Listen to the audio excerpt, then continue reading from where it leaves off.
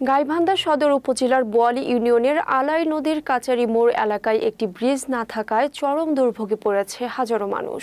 প্রতিদিন পানির মধ্যে দিয়ে চলাচল করতে গিয়ে শিক্ষার্থী, নারী ও বৃদ্ধরা কষ্টসহ দুর্ঘটনার শিকার হচ্ছেন। স্থানীয়রা জানান, দীর্ঘদিন ধরে ব্রিজ নির্মাণের দাবি জানালেও কোনো স্থায়ী সমাধান হয়নি। ভোটের সময় জনপ্রতিনিধিরা প্রতিশ্রুতি দিলেও নির্বাচন শেষে তা ভুলে যান। এলাকার মসজিদ, মাদ্রাসা, স্কুল ও বাজারের যাতায়াতের একমাত্র পথ এই ঘাট। এলাকাবাসী দ্রুত স্থায়ী ব্রিজ নির্মাণের দাবি জানিয়েছেন, যেন তাদের চলাচলের কষ্ট লাঘব হয়।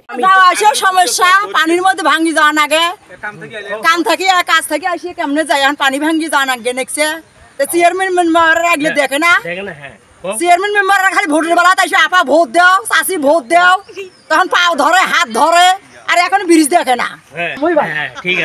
অনেকদিন হইলে তো নাহলে 20-25 বছর আগে নাও আসিল, নাও নাই, এখন এই যে 70 পার হন নাগে।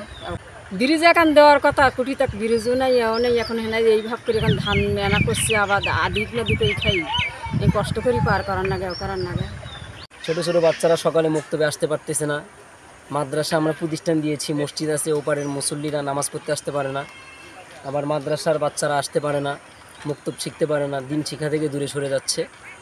এটা আমার পক্ষ থেকে, এলাকাবাসীর পক্ষ থেকে, সকলের পক্ষ থেকে আমাদের আবেদন যে অতি দ্রুত যেভাবেই হোক এখানে একটা ব্রিজ দরকার। কষ্ট নয়, আমার যাওয়া আসে খুব কষ্ট হয়ে গেছি, পার হওয়ার পাই না, নজ পরে আসে পাই না, খুবই কষ্ট আমার। তো এইবার কেন যে ফুল ফুটলো তার ফিরে যে নাই, ফুলের মালা নাই, এখানে ঠিক করে দিলে আমরা খুব আনন্দ পাইলাম। ভাইয়া খুব কষ্টের মধ্যে আছি আমরা। একটা স্থায়ী ব্রিজ দরকার। এখানে পুরো এলাকাটার মানুষ এই পাশে যাতায়াত করে, পার্শ্ববর্তী রাস্তা এই পাশে 2 কিলো যাওয়া লাগে, এ পাশে 5 কিলোর মতো যাওয়া লাগে ঘুরি, আর এই পাশে 2 মিনিট হলে মানে মেইন রোডে যাওয়া যায়। মনে করেন একটা কাঠের ব্রিজ ছিল, সেই কাঠের ব্রিজটা ভাঙিয়ে যে খুঁটিগুলো কাটছে, এখন তো আমাদের একটা চলাচলের জন্য অন্তপক্ষ একটা কিছু করে দেওয়া লাগবে। এখন আমরা মনে করেন সময় মতো নামাজ পড়তে যেতে পারি না, একটা লোক অসুস্থ হলে মনে করেন হাসপাতাল নিয়ে যেতে পারি না।